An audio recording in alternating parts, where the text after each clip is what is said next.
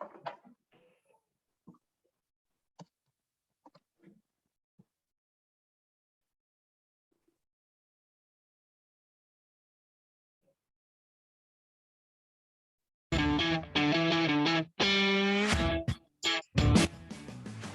time for Tycoons of Small Biz, spotlighting the true backbone of the American economy, the true tycoons of business in America, the owners, founders, and CEOs of small businesses. The show's hosts, Austin Peterson and Landon Mance, are registered representatives of Lincoln Financial Advisors Corporation, a broker-dealer, member SIPC, and registered investment advisor.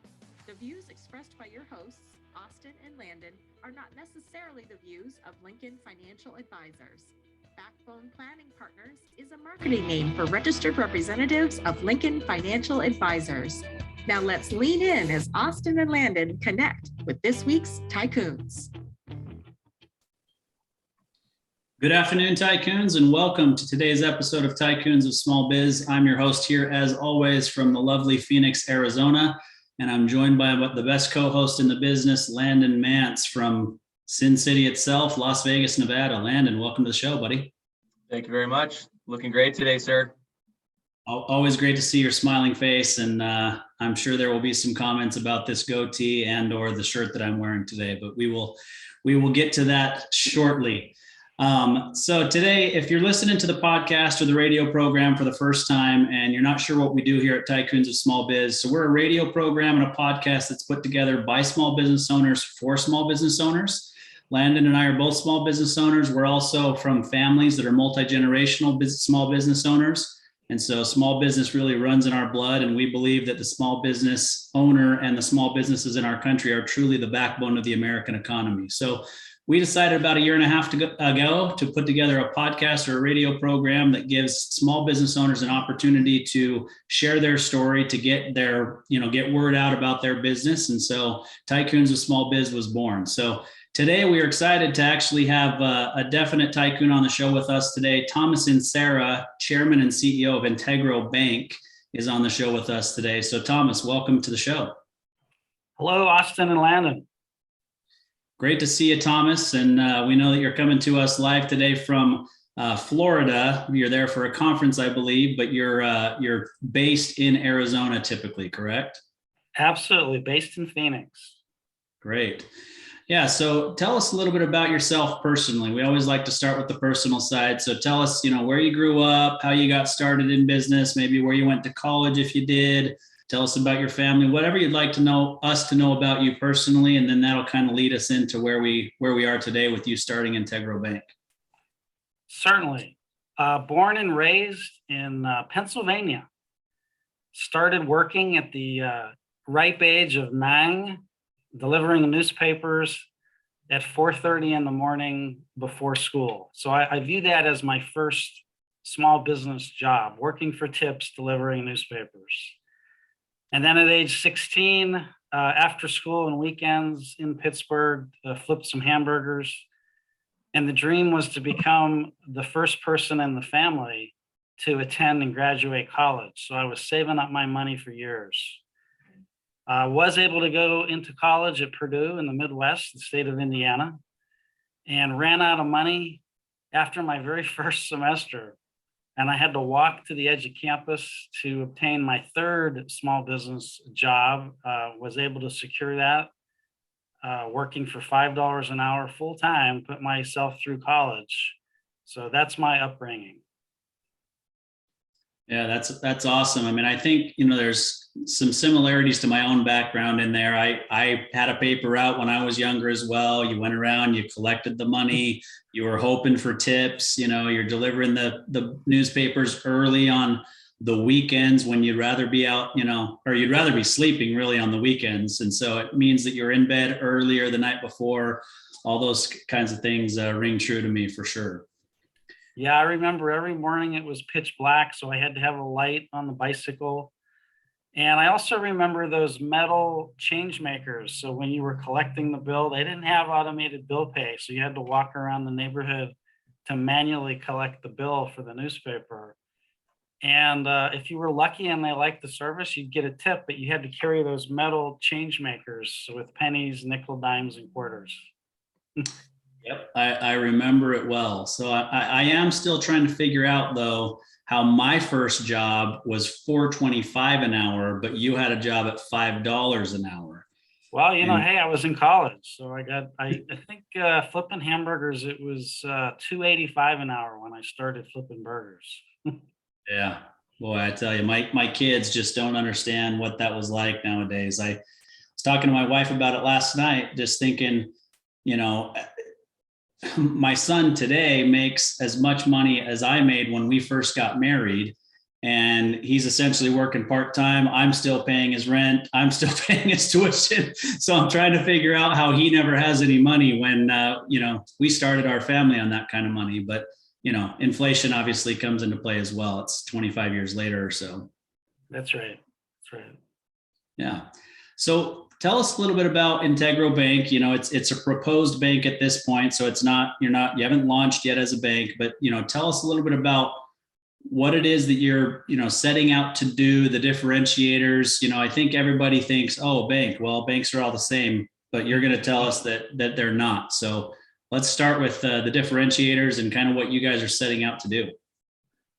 Well, so Austin, the inspiration for launching the bank was actually what we were just speaking about a moment ago. My background, the connection to small business, and fast forward years later, COVID hit. We all went through COVID, and when I was driving through the neighborhood, I was dismayed at how many small businesses were closed down, and it seemed to me that Arizona was disproportionately impacted. At least the small businesses were, and I could not really understand it until I started to do some more research, and I learned some really startling things. A few things that stand out. I learned, for example, that small business in Arizona, even Southern California and Nevada, 99% of all the companies in those regions are classified as small business because they have 100 employees or less.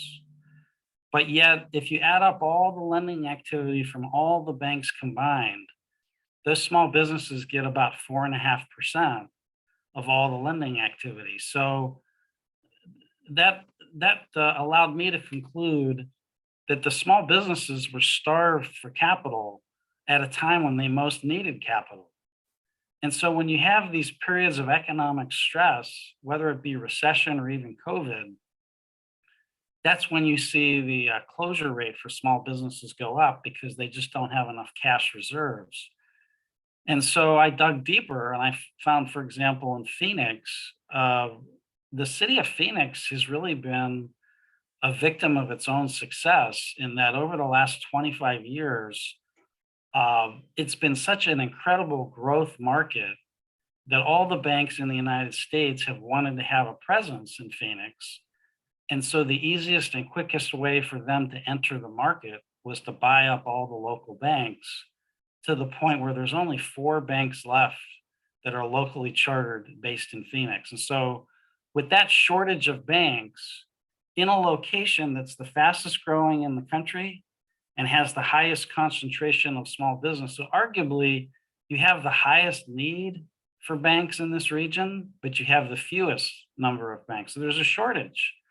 So that was the inspiration. But when we launched the bank, we also looked around at the banking as an industry, and we felt that banking was a commodity, that if you go to any bank website, they all have loans and they all have deposits. So we didn't want to create just another bank. There's plenty of those. What we decided was to offer something that is in short supply, and it's a bank with 3 key differentiators. I'll summarize them, and then if you want to go into detail on any of these, I can. But the 3 unique differentiators for Integro Bank, the first is what we call Integro 360, and it's a unique service offering for small businesses. The second is the Integro CEO Club, And it's an opportunity for small business owners to network with other successful small business owners. And then finally, when you look at the strength of the leadership team and the board, and the fact that we now have 48 co-founders of the bank, it's an incredible team. So those are our three primary differentiators. Yeah, so sorry, Landon, I saw you were just going to say something, but let me just jump in here real quick. So you hit on the banking shortage in Phoenix, but for our national audience that are listening to this and don't realize really kind of what's going on in Phoenix, Phoenix is the 6th largest metropolitan area in the country, right? But there are only 2 Fortune 500 companies that have a major presence in Phoenix, which is very abnormal, right? To have that large of a city and only have 2 of 500 Fortune 500 companies. And so Phoenix truly is an area that is built on the back of small business owners. And the fact that they don't have access to lending and capital here in their own area makes it difficult as a small business to really kind of make a go of it. Yeah, absolutely. I mean, if you're a small business and you're interested in hiring people or growing, or you want to buy additional product or supplies, you typically have cash flow challenges. And so it's common for small businesses to seek a banking partner who can supply them with capital to help them grow. And so when you have a lack of capital, it's a growth inhibitor. And it's a real challenge for small businesses in this region.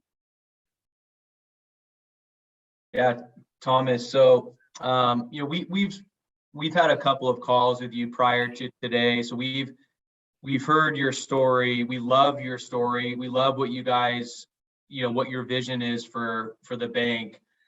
And I'll say this before I ask my question. I used to work for a bank, just for a couple years, but they're one of the or the largest bank in the nation. And when they kind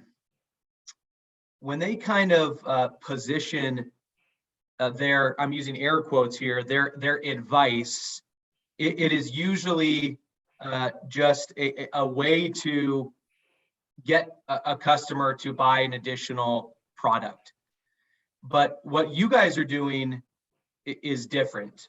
And I want to spend a couple minutes and talk about the Integro 360, because personally, I think it is just really, really cool.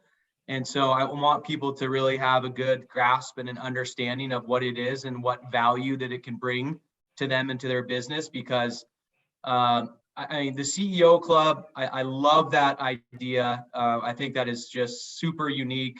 And I think that's a great idea. And we spent some time going over your leadership team. And I mean, wow, like your guys' bench is pretty deep. And I want to talk more about those too. But what you're doing with this Integro 360, I just think it is so cool, because you guys are actually going to be practicing what you're preaching, which is helping, supporting, growing, and giving quality advice to business owners. And you're going to help them to do that through this 360 tool. So talk to us about it, please. Oh, yeah, sure.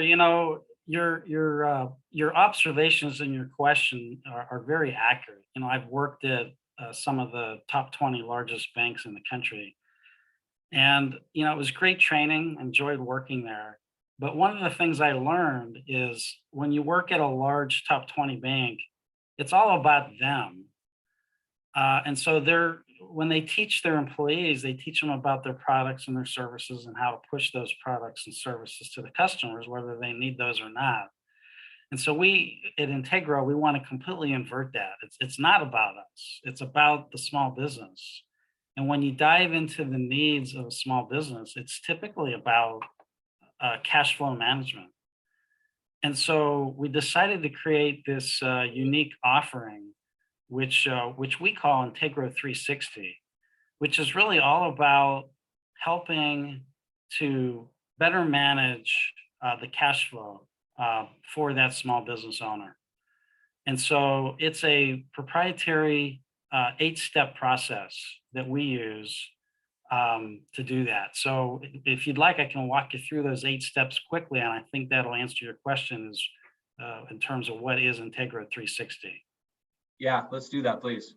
So in the first two steps, we send and receive information back and forth to and from the small business owner, because again, we're inverting it. We really want to learn about them. It's not about us pushing particular products and services.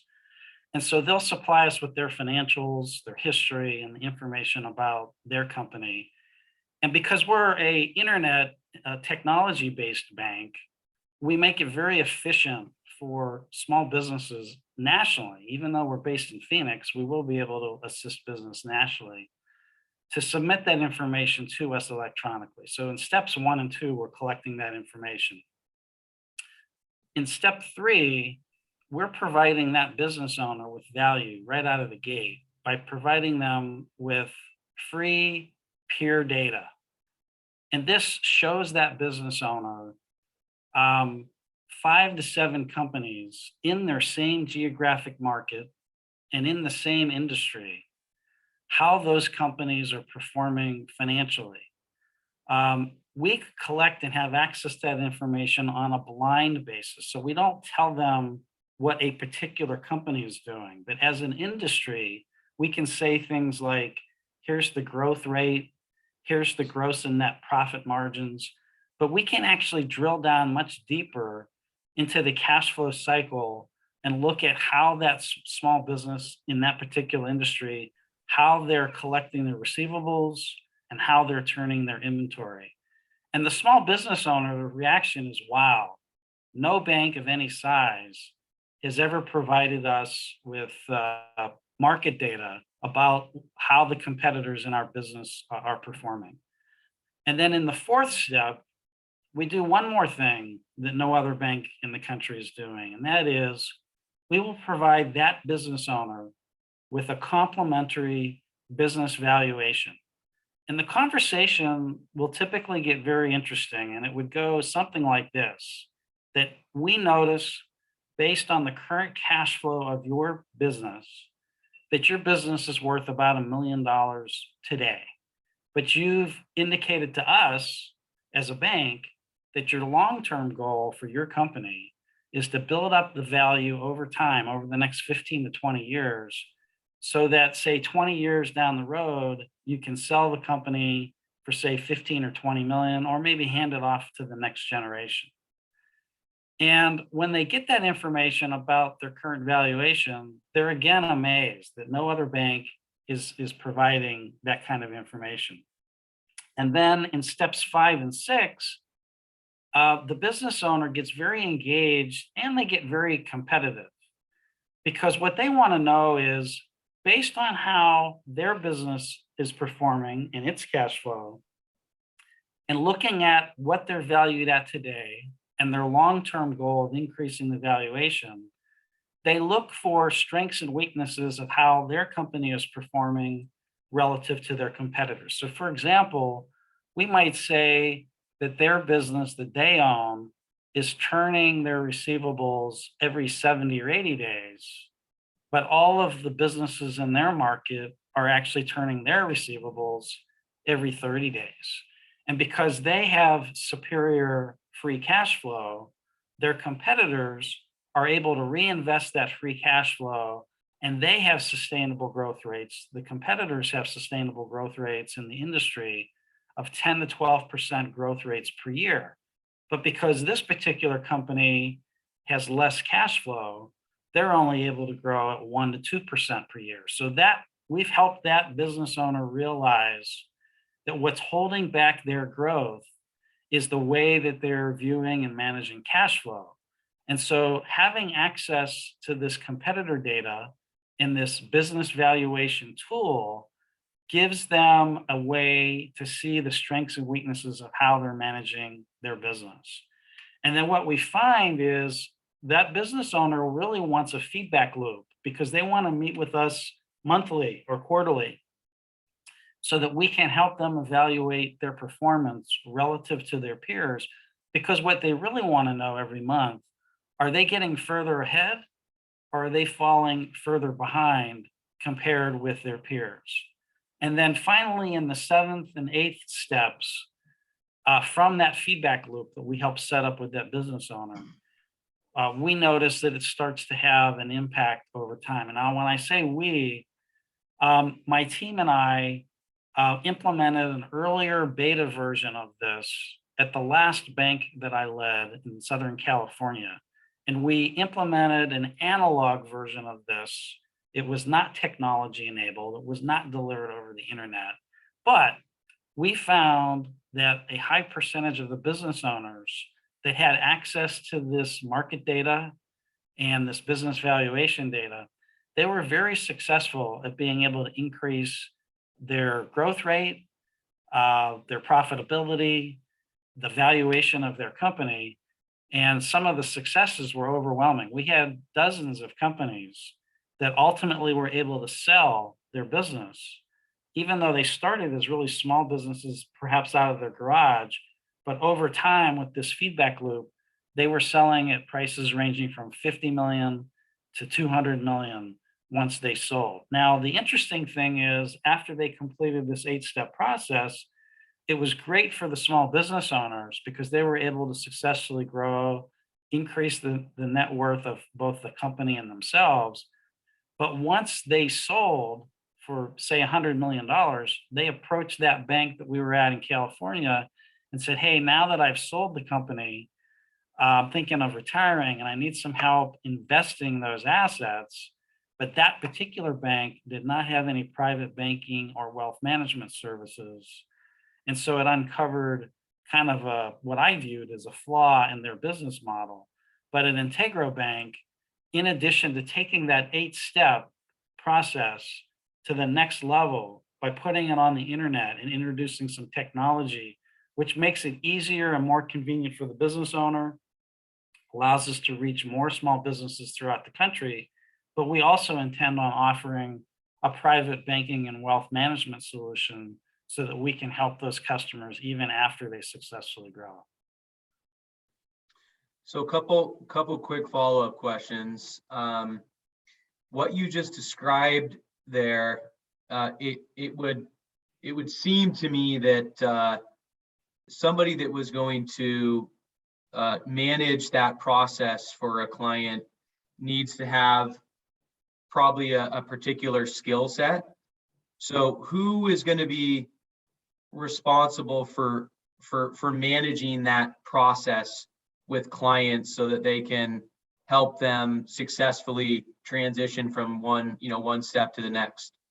Wow. So you have very quickly zeroed in on part of the secret sauce. So it's not only providing access to the peer data and the valuation, but it's helping that business owner truly understand what that information means and what they can do with it. And so what we found was the single biggest challenge when we went through this 5-year beta period in California is that none of the bankers that we had at the bank at the time were really equipped. So we really had to start over and train our bankers. We put them through a series of Wall Street prep type courses so that they could think more like consultants and advisors in helping the business owner grow their company and maximize their valuation. Now, those are skills that most bankers don't have.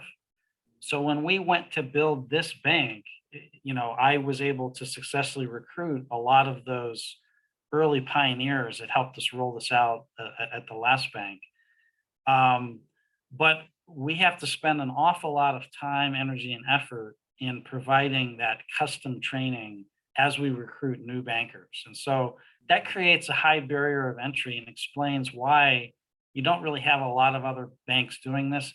That bank in Southern California is the only other bank I know of in the United States that has an offering that's anything like Integro 360, but they were delivering it in an analog, paper-intensive process. And we're the only bank that's leveraging the power of the internet and technology to deliver this to customers. Mm-hmm. And will this be available to any small business customer, or do they have to have some kind of a specified relationship with you guys? Yeah, we ask that they have one of two relationships.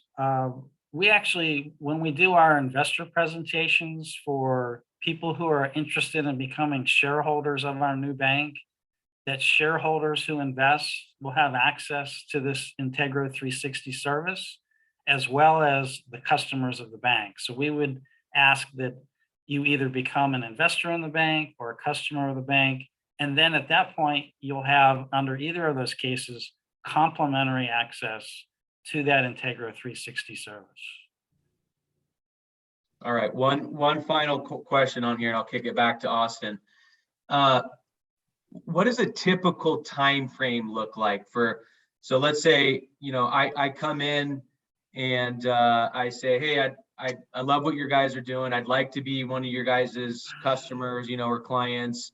And you guys say, great, and I get onboarded, and now I get assigned to Thomas, and Thomas is going to be my banker, and we're going to go through this process together. What kind of expectation do you guys set, just from a time frame perspective? Because I'm sure people are kind of curious about that.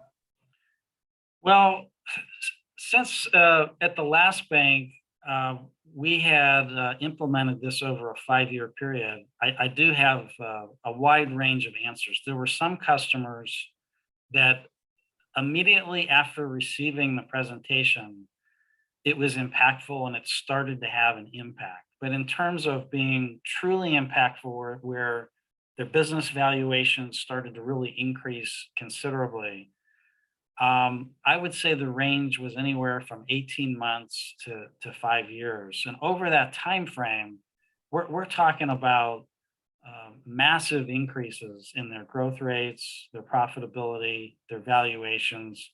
We had dozens and dozens of success stories of companies selling from 50 million to 200 million in dollars. And when we first started, I remember a husband and wife team launching a company out of their garage.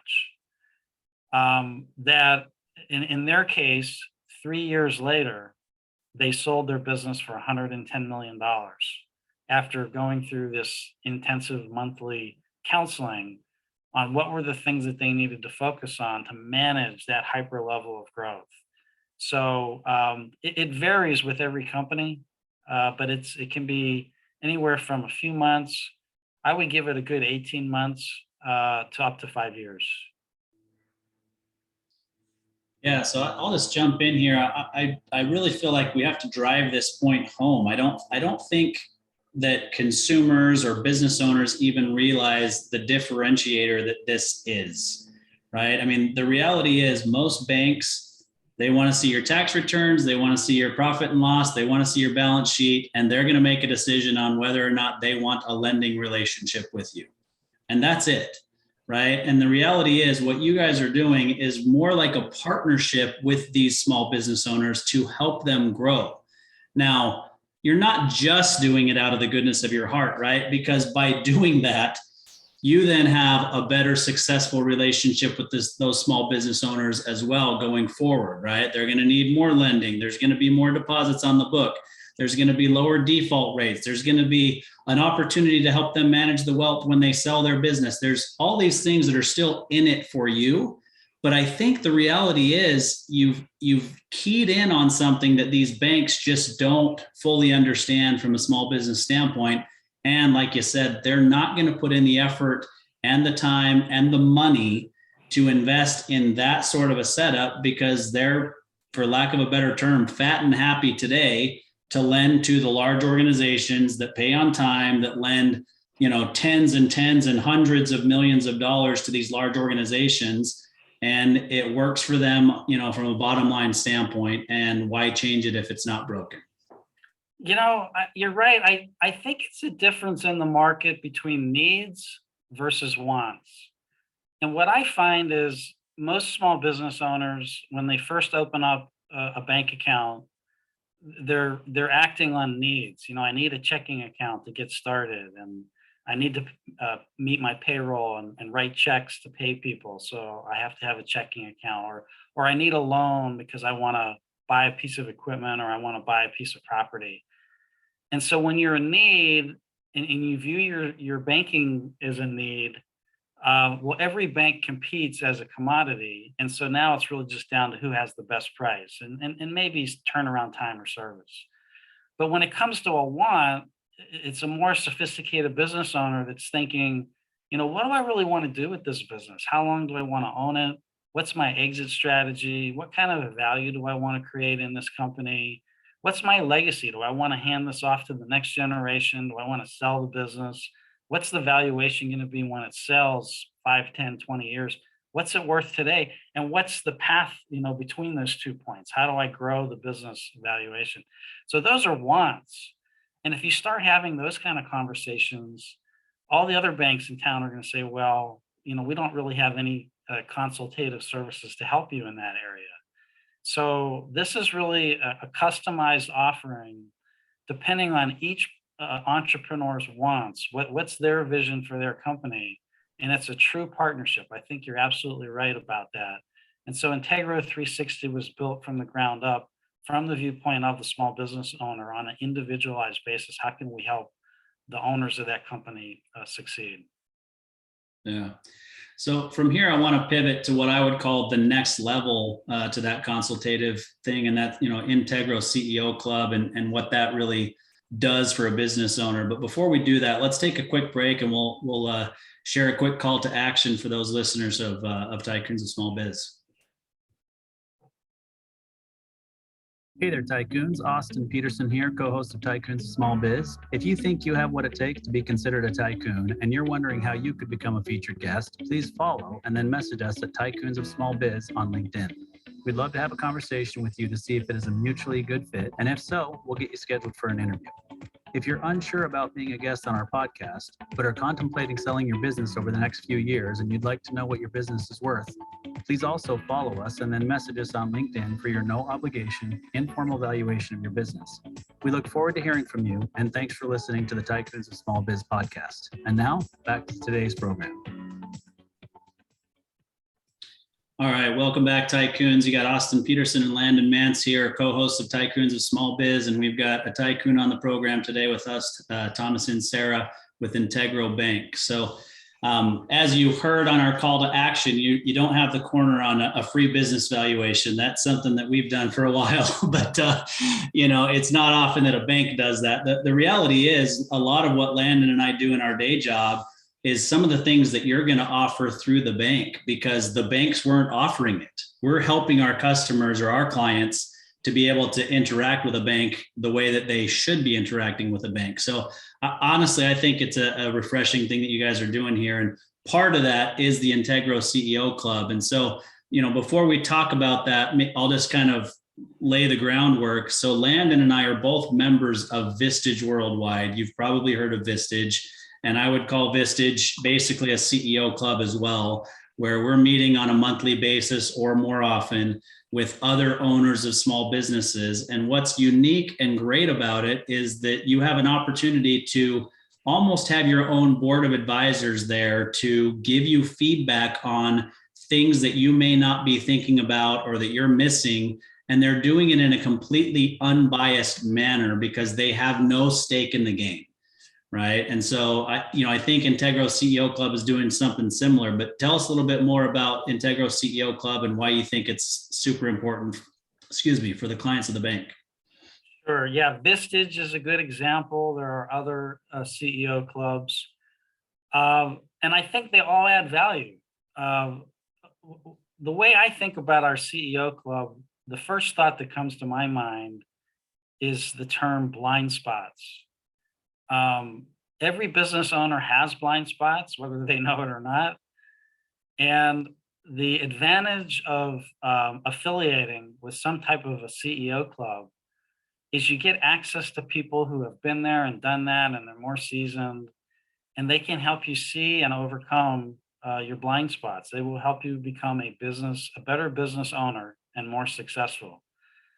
And so, but one of the key differences at the Integro CEO Club is that it's complimentary.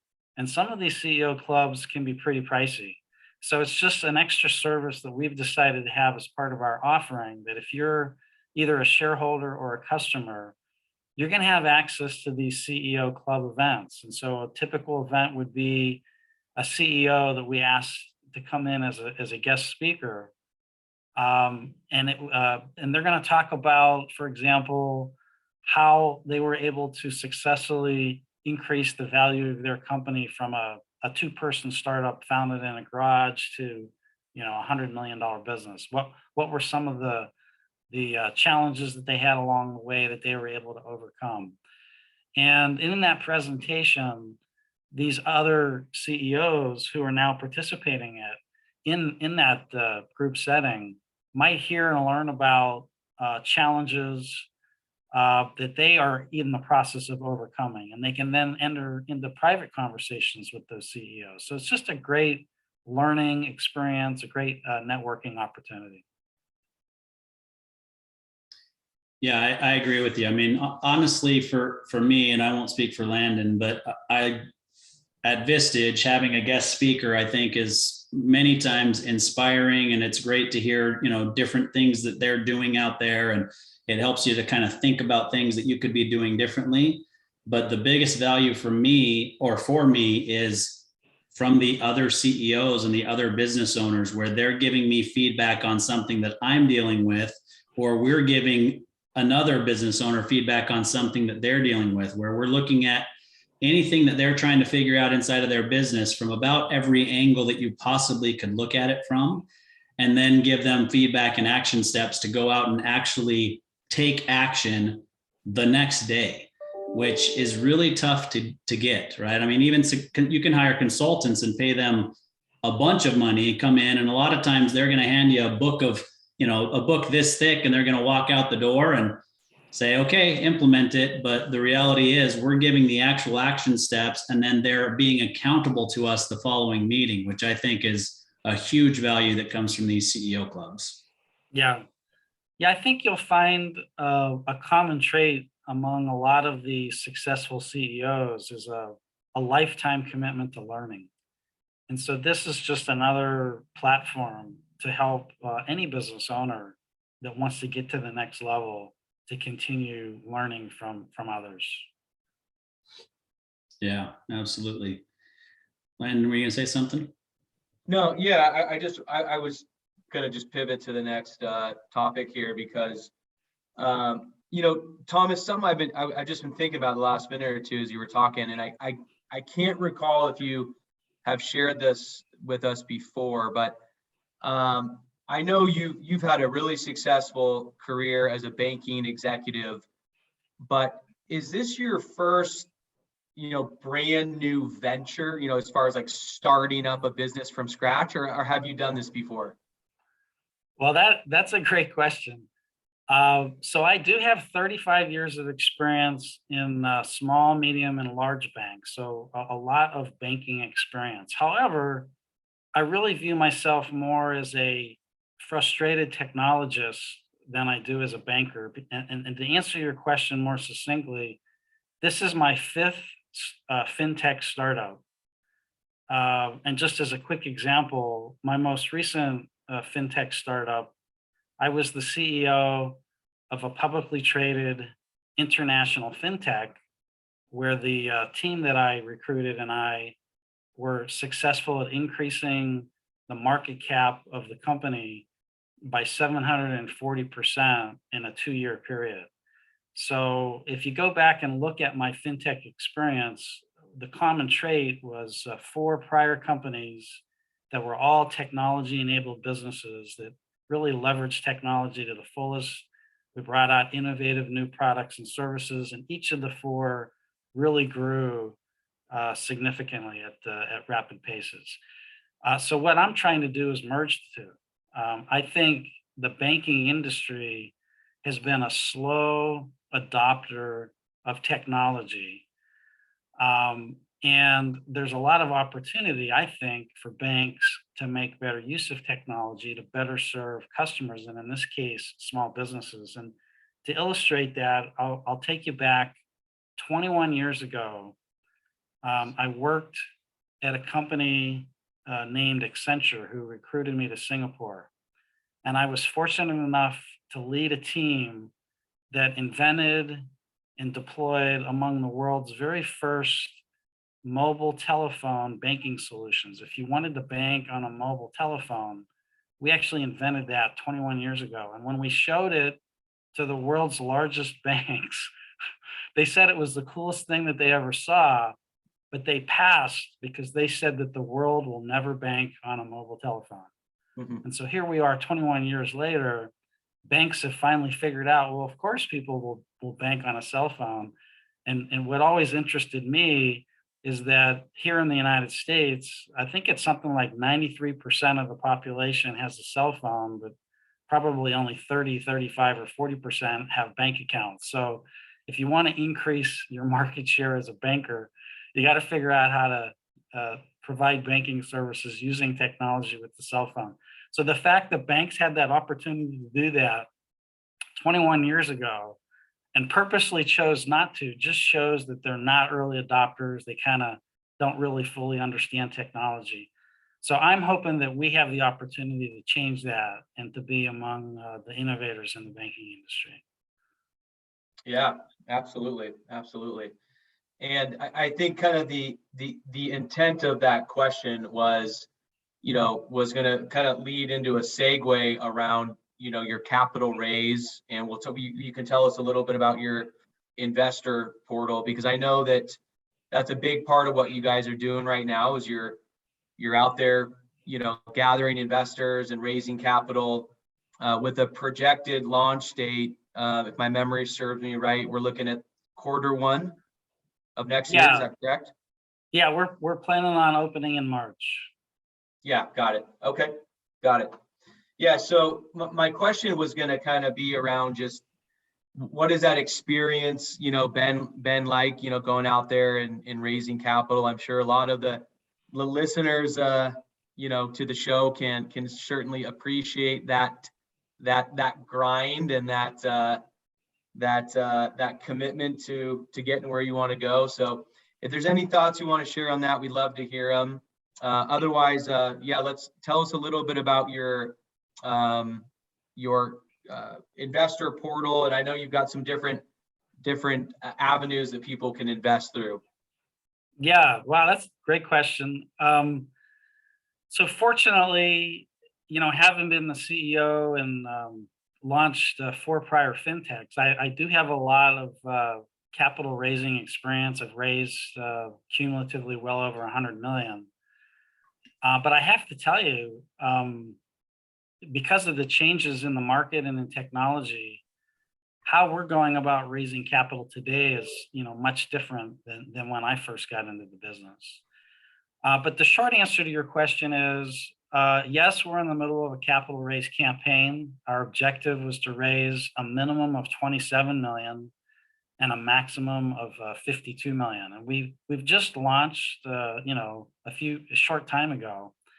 And we're proud to say that of all the commitments that we have so far in the aggregate, that we're about 29 million. So we believe that if everybody actually funds all of their commitments, that we believe that we have a sufficient amount to open the bank and meet the minimum. And we're actually now, as a management team, focused. We're all overachievers, so we're focused on the maximum 52 million round. And that's what's taken up most of our time. And in fact, that's, as you stated at the beginning of the show, why I'm in Florida, meeting with some investors and at a conference, raising money nationally.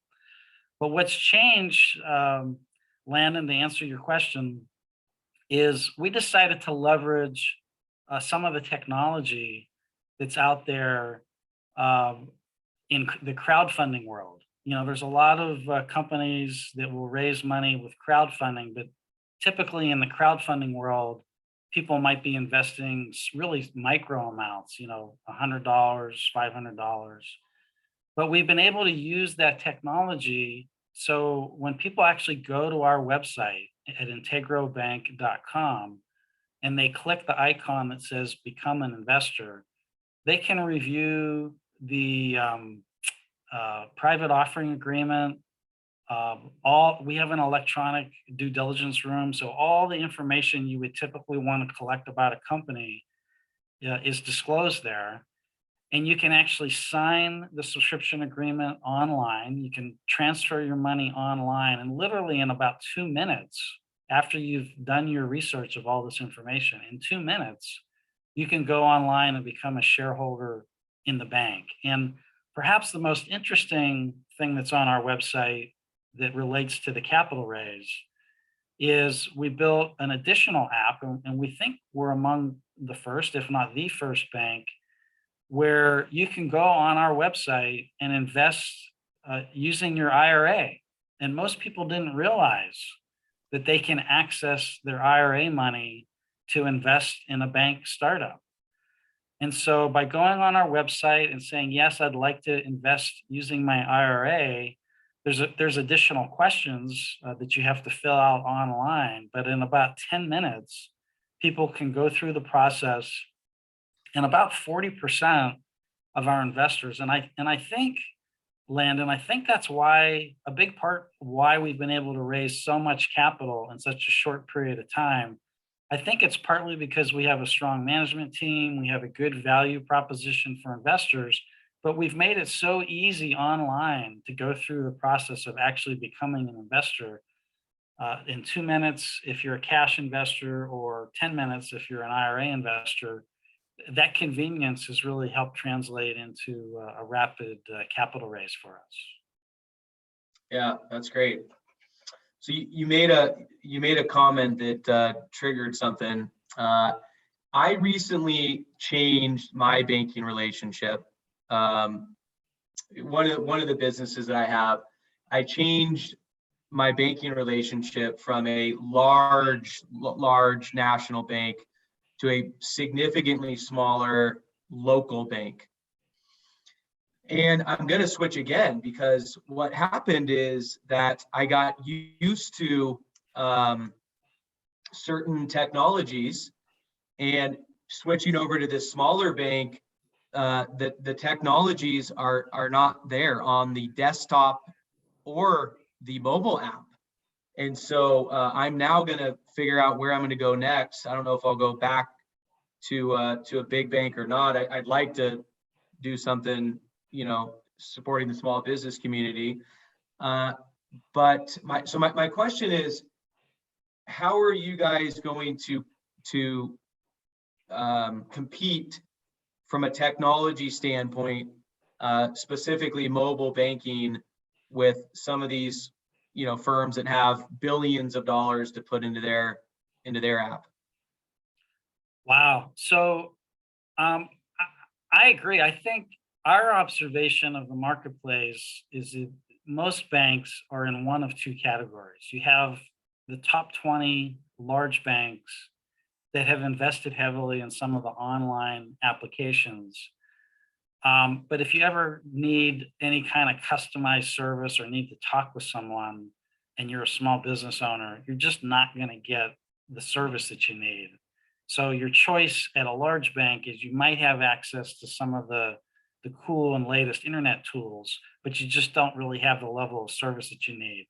So a lot of people will switch to the second type of bank, which is a small community bank, but typically because they don't either have the expertise or they haven't invested in the right technology, they find that some of the smaller community banks lack a sufficient level of sophistication in their technology offerings. So we've placed ourselves between those two in what we call a hybrid model.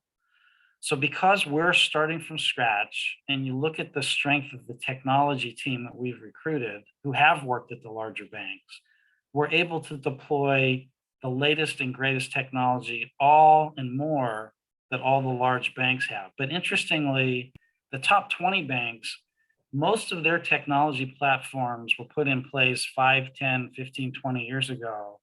And we refer to them as the older legacy systems, and they don't necessarily have the latest and greatest anymore.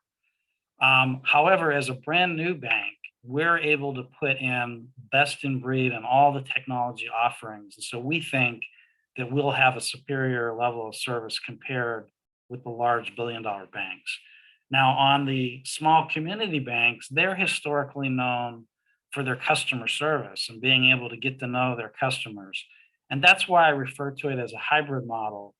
when you heard our discussion of Integro 360, our bankers are required to really get to know and understand the needs of that business. And they need to do that in order to give them accurate advice on how to improve the cash flow and to maximize the value creation in that business. And so by offering this customized, tailored, really understanding the needs of your customer service combined with the sophisticated technology, we think that we've got the best in class of both. I like it. Well, I'm looking forward to seeing and experiencing that technology and certainly the other complementary services. I think that just what you guys are doing is just so cool and so unique, and I think that business owners are going to really gravitate towards this type of model, because I think you're 100% accurate. Obviously, you have way more banking experience than I do, but working for one of the largest banks, and now that we've been in this interesting environment with COVID, I mean, you can't even get somebody on the phone, let alone actually walk into a bank and sit down with somebody and have a discussion with them if you need some kind of service. So, and I'll make one comment. You can tell me what your thoughts are on this. So 20 years ago, you pitched this idea to the banks and they said, thanks, but no thanks. And I would argue that if we had this same conversation in 20 years from now, I'm going to bet you 90 to 100% of our banking needs, transactions, relationships are going to be virtual. What do you think? Yeah, I think we don't even know what all the changes are going to be. I came across an entrepreneur the other day as a quick example that claims to have recently received a patent that will allow people to bank over their TV. And so his idea is to make every TV in America a new bank branch, where instead of just doing it on your phone or your laptop, now you can actually bank and you can pay people. You can point your remote control at your TV and say, yeah, send that person $20. And so I think there's a lot of new technologies that we can't even think about that'll come out over the next 20 years. Yeah, interesting. When I worked out of an actual branch, I mean, most of the customers that actually walked into the branch, the majority of them were, let's say over the age of maybe 50 or 60.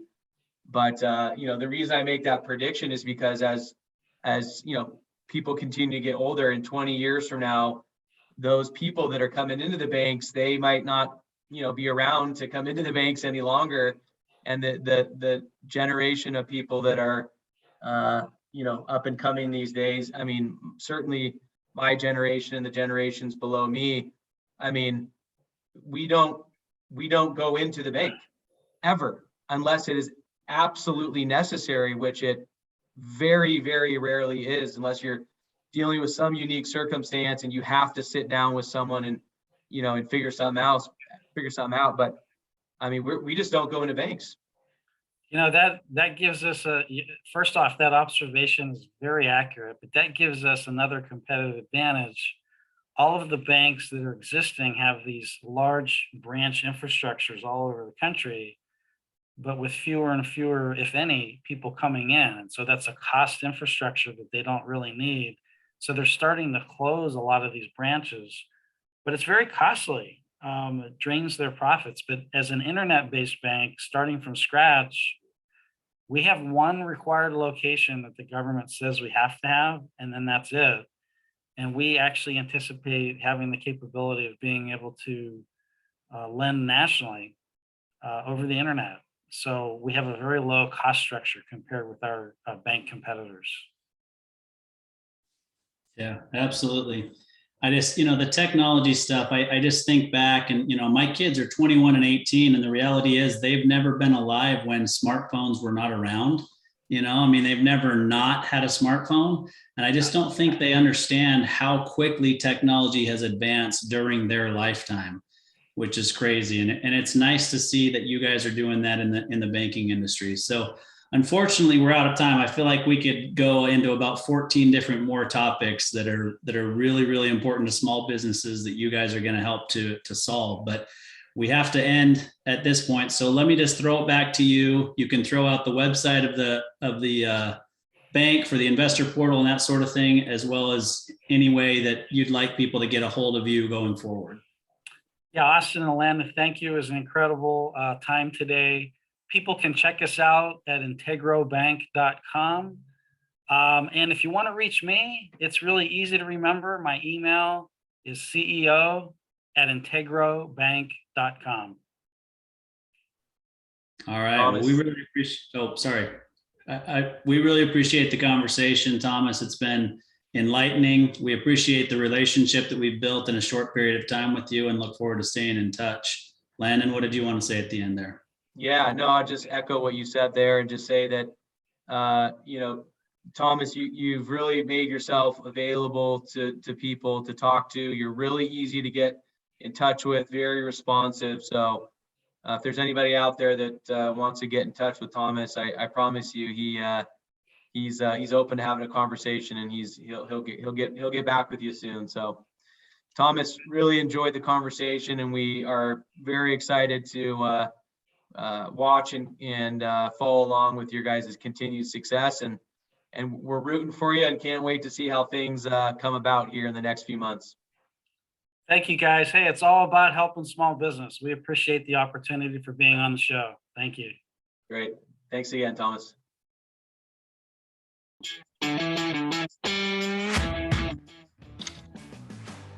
Use the